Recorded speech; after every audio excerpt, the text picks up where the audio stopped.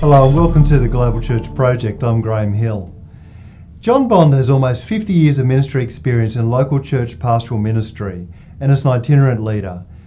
He is passionate about doing the work of an evangelist and focuses on discipling, training and mentoring church planters.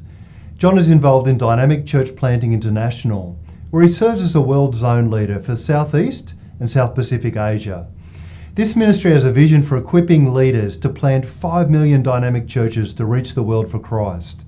He networks and coordinates church planters throughout the world, and especially in the Asia Pacific. He's involved in church planting training, and he's seen thousands of leaders raised up for Jesus Christ and for church planting throughout the region. John Bond, welcome to the Global Church Project. It's a pleasure. Great to see you again, Graham, and to be able to have this opportunity of sharing. Now, you've got a particular passion for apostolic ministries and church planting movements. Where did that passion originally come from? That's a very good question. I left Bible college and went to a church plant. Had a wonderfully fruitful ministry of 11 years.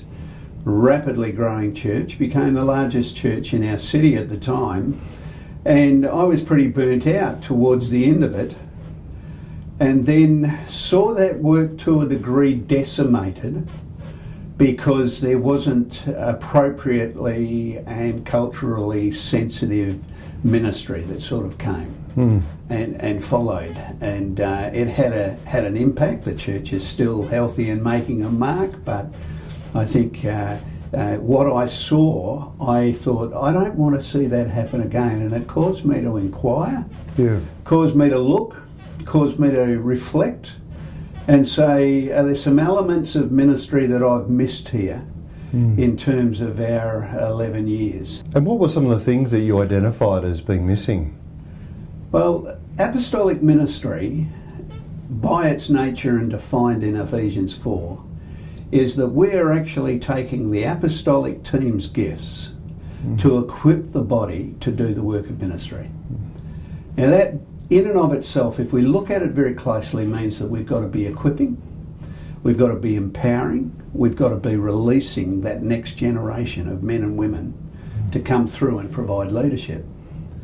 And I think we did that. I think we released people from the life of our first church, but I didn't have an intentional program of how do we keep this church going and growing with what God has put into it in its own locale to keep it surging forward and keep it having its impact upon the world. So our leaders were invested and divested into other churches all over the place, but not into the local church.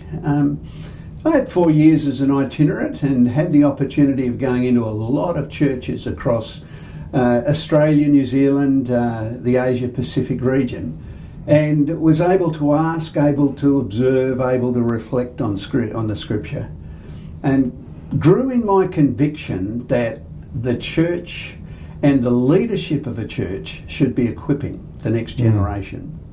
And that involves something that globally we're not seeing happen as it should, Grant. And this is my thesis, it's my perspective, is that not enough apostolic leaders are prepared, like a grain of wheat, to fall into the ground and die. In other words, they're not prepared to surrender their ministry. If I can highlight it this way, trained in South Korea last year, there's a major problem in the South Korean church. Now, they're the success story of the 20th century, but the 21st century is a little different. Young people are leaving the church. Why? None of the older leaders are passing on the baton. They're not letting them gain experience. So the age of the senior pastors is that they're now in their 60s and 70s and still hanging on.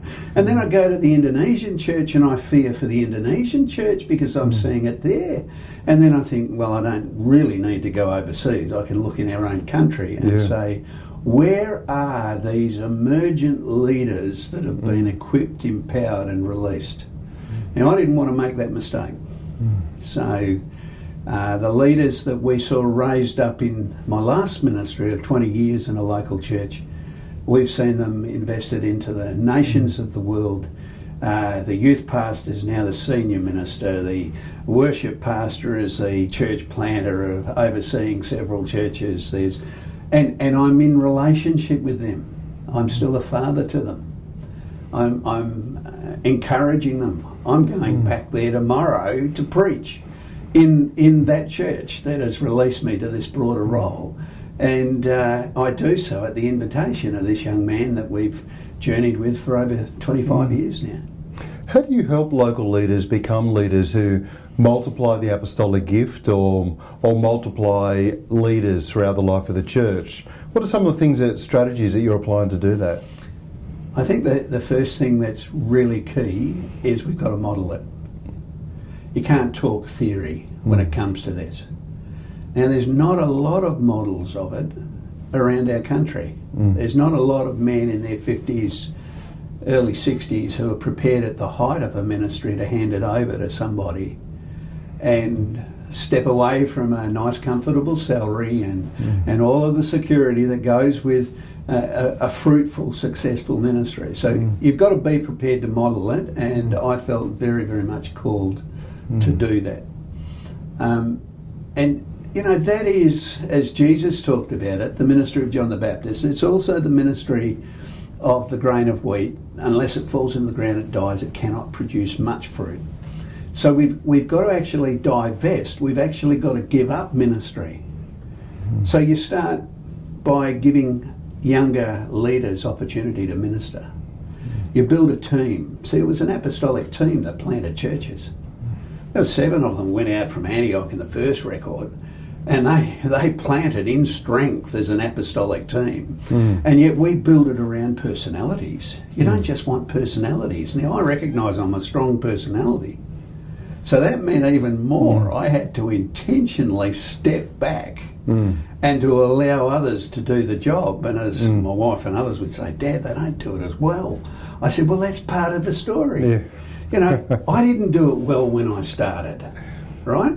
So you've got to get out of the road to allow others to come through. So it was a 10-year process, intentional 10-year process for me then. But then with others, I asked the question, so who's your successor? You're not successful without succession. Who are the men and women you're raising up? Who are the men and women you're releasing to plant new causes for Jesus? How pregnant is your church? I mean, there's a whole heap of questions that we can ask that to stimulate that sort of thinking and then have the dialogue. You're also involved in church planting movements across the Asia Pacific, I think. So what do those ministries look like? Contextually, they are different, Graham. Yeah. So we can see a small church planted in a home, grow to a warehouse, grow to become a mega church. And there are some examples of that in the cities of Asia. And I'm privileged to journey with some incredibly gifted men and women who are leading those sorts of churches. But then you can have a movement that's just as big or maybe even bigger that doesn't even have a building. That's a house church planting movement, which suits a Hindu, a Buddhist, a Muslim culture. And I think you'd agree, it's as New Testament as it gets. There's not a church building mentioned in the New Testament. So what we're talking about is a movement of people in oikos, in community, in houses, in families, in the rural settings that will respond to Jesus if the gospel's taught that way. So as I've ministered over the last 15 years in particular, God's just drawn some younger men and couples to me. Either way, but there's a spark, and I can't explain it. It's an intuitive leading of God to enter into a discipling, coaching, mentoring type journey with them. And I've got a number of those in about 14 countries that I journey with, and face-to-face catch up with every year. Skype. Also, we talk regularly. And so it's a privilege. And those movements that they lead are varied. Varied in style, varied in substance, and in shape, but amazing movements of God. And I am overwhelmed at the privilege of being able to share with people that I think are giants in the faith. in terms of what they're doing for the kingdom. What do you think are the key skills that church planters need? I know you said that church planting looks different in different places, so maybe there are some slight variations in those skill sets, but what do you think they are? A fundamental belief that God wants the DNA of every church to reflect reproduction. So if you as a pastor or a leader don't understand the church is meant to multiply, probably it won't happen, and mostly it doesn't. So believing that God wants our church to grow and reproduce, a belief. Prayer. We have only touched it often in the West. But in the countries of our world where the church is underground or it's oppressed or persecuted, they've learnt the power of prayer. They've learnt the need to intercede, and any great work, even in a country like Australia, but any nation of the world is built upon a foundation of vision, of call from God, and it's undergirded with prayer. Now, they are key. I used to subscribe that a church planter was some sort of special person. I don't now. And so I'm happy to go on record and say, I actually believe if a man or a woman is called and they have a team that is an apostolic team made up of a variety of gifts and abilities, and they go in the enabling of God, they can plant a cause for Jesus and it can be fruitful. Now that alters our thinking, because we've looked for the pioneer and we've looked for this sort of, well, quite honestly, that's why we failed in church planting. Because we were often sending out these entrepreneurial pioneer type people that we would say were apostolic, but we were sending them out as sacrificial lambs often. Now, not even Jesus did that in the basic discipleship. It was at least 2 by 2, even in basic discipleship learning journeys. But when it came to the planting of the church, it was in team. And if we can understand that church planting should be done by a team, then there's no dependence upon one single individual. There'll be a leader. There'll be somebody who galvanises the team. But I've seen some amazing movements started by introverts who hardly preach a message, but have a vision from God and are able to impart it. A fellow who's got 7,500 churches now in Asia that I journey with, he's only 37 years of age. He's a bookkeeper. He's an administrator. You wouldn't put him in front of a mass group of people. He'd put them to sleep. But he's a man of God and a man of vision who God has transformed, and it's such a privilege to join with him and his wife and see the amazing work that God is doing in and through them. How do you think the Australian church is going in terms of instilling this passion for multiplication and planting in general? I think we're sluggish. I think there's sufficient encouragement that where the biblical principles are applied, life happens. God's not going to deny himself. He's not going to deny his word.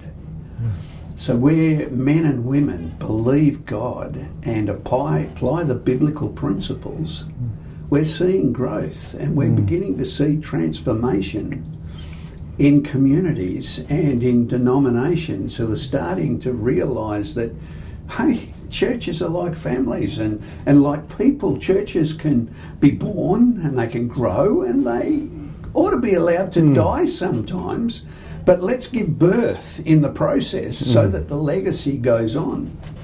And I don't know about you, Graham, but I want churches for my children and my children's children. And I have a sneaking suspicion that the kind of church that I've led and churches I've led are not going to meet the needs of my grandchildren. So I want new churches. I want new generational churches that are related to them and their needs and the huge challenges of living in the 21st century. I want churches developed and grown and planted for them. And that means people like myself can champion new leaders who emerge and give them a go. What do you most love about ministry? The Lord. The older I get, the more in love with the Lord I am. And my reading this morning in Ephesians 4, Paul is just talking to the church, and he's been describing a number of things that are really important for the church. But in verses 21 through 24, he basically is saying, now come on, as a result of all of this, you've got to grow in your knowledge of Jesus. And your knowledge of Jesus has got to transform the way that you live and your contact. Now, I'm not there yet. We're all a work in progress.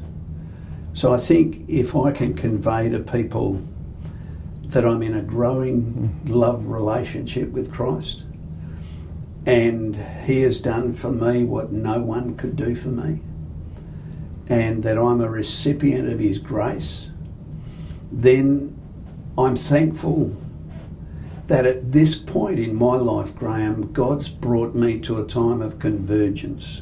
And if I can explain it this way, I've been an evangelist and a pastor and a church planter, but now I'm in a different season where God's taken all of those experiences and all of the privileged opportunities that I've had as a minister and as a father and as a grandfather and as a pastor and an evangelist, and he's brought them all so that I can now pour myself and invest myself in the lives of emerging leaders. And my understanding is that's something that just is caught. And I'm in part of a couple of international organisations. I've just come back from one trip to Asia, Indonesia. 3 young men just came out of the woodwork and said, will you journey with us? And I knew they'd ask. How do I know? I don't know. It's a work of God's Spirit, but there's an opportunity to invest in the lives of these emergent leaders. One guy's got a vision of 50 churches. Another guy's got a vision of 500 churches. I didn't know them a week ago, Graham. Now they're wanting to journey with me. You know, amazing privilege. And so when I was 19, God gave me a vision. And I'd been doodling. I'd just become a devoted follower of Jesus. I'd been doodling on a map of Australia, which is an Australian world map. Australia's in the middle. Yeah. Sorry, everyone else. Australia's in the middle. And I'd stuck the compass into Perth, and I'd stretched the compass out as far as it would go, and it just went past Hawaii. And I did a loop like that, you see, and I'm looking at this, and into my spirit, as clear as a bell, God said, that's your parish. What's a parish? Now, in my tribe, I didn't know what a parish was, so I hopped up and went inside and I said to my father, I said, Dad, what's a parish? And I'll never forget his response to me, because he said, son, it's the sphere of a man's spiritual influence. He didn't know I'd drawn a sphere. Why do you ask? Oh, no, I just wanted to know what a parish was, Dad. And he described, the Anglicans, they have parishes, and Methodists and the Catholics, and you only work in your own parish and you get permission to move across. And said, why do you ask? No, it's okay, Dad. I didn't tell Dad until 5 days before he died. And we both thanked the Lord for the fact that he's opened the opportunities for me in his plan for my life to bring together the different strands and experiences that I've had through the years and be able to move in my parish. I've gone into 42 of those nations uninvited, never invited myself to minister, and that's what I'm doing. And I'll do that until he says, come home. What are some ways that people can support you and the ministry that you're a part of, the ministry organisations? God's blessed us that we're self-funded on a salary, but I would love extra resource to equip church planters and church planting movement leaders. So every dollar that we raise, we invest into training into the 42 nations I have responsibility for in our organisation, the church planting organisation, but also wherever else God leads us. But that, and I want to finish strong. So my other prayer is that as God gives health and strength, I want to hit the tape full of running. And to honour the Lord all the days of my life. So the two things are resources, endurance and perseverance. I have successes in every area of ministry that we have. We have people that if I fall over tomorrow, if the Lord takes me home, if this plane doesn't get me home tonight, somebody's there to step into the gap. But probably those two things, Graham. Well, thank you for joining us at the Global Church Project. Pleasure. The Global Church Project is located at www.theglobalchurchproject.com. On our website, you'll find a wide range of interviews and resources for colleges, universities and churches. I look forward to your company next time. From me, goodbye.